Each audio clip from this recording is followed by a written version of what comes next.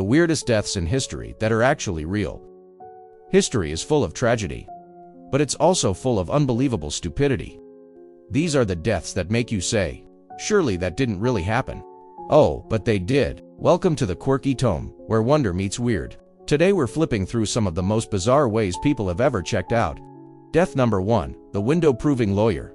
Let's start with Gary Hoy, a respected lawyer in Toronto, who in 1993 really wanted people to know how safe his office windows were. To prove his point, he regularly threw himself against them, and they always held. Until one day, during a tour of visiting students, the window didn't break, it popped out of the frame. Gary plummeted 24 stories to his death. Technically, the glass didn't fail, the frame did. So, he was right. Death number 2, crushed by his own bookcase. Next up, Sir Thomas Urquhart, a 17th century Scottish scholar, mathematician, and collector of way too many books. During a minor earthquake, his massive bookcase toppled and crushed him. Death by literature. He died surrounded by knowledge, literally buried by it. Death number 3, the Segway cliff.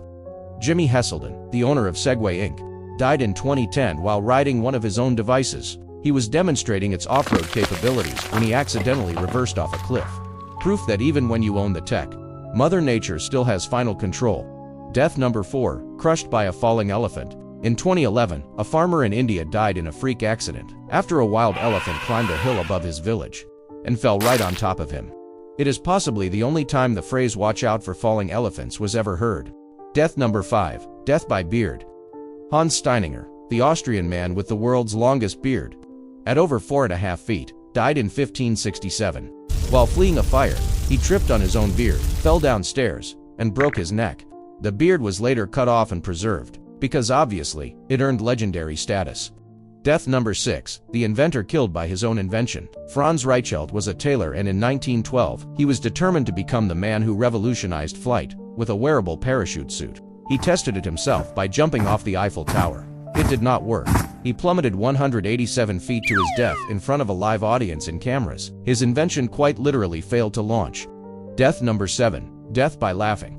Alex Mitchell, a bricklayer from the UK, was watching an episode of the British comedy The Goodies in 1975. He laughed so hard for 25 straight minutes that he had a fatal heart attack. His widow later wrote the show's creators to thank them.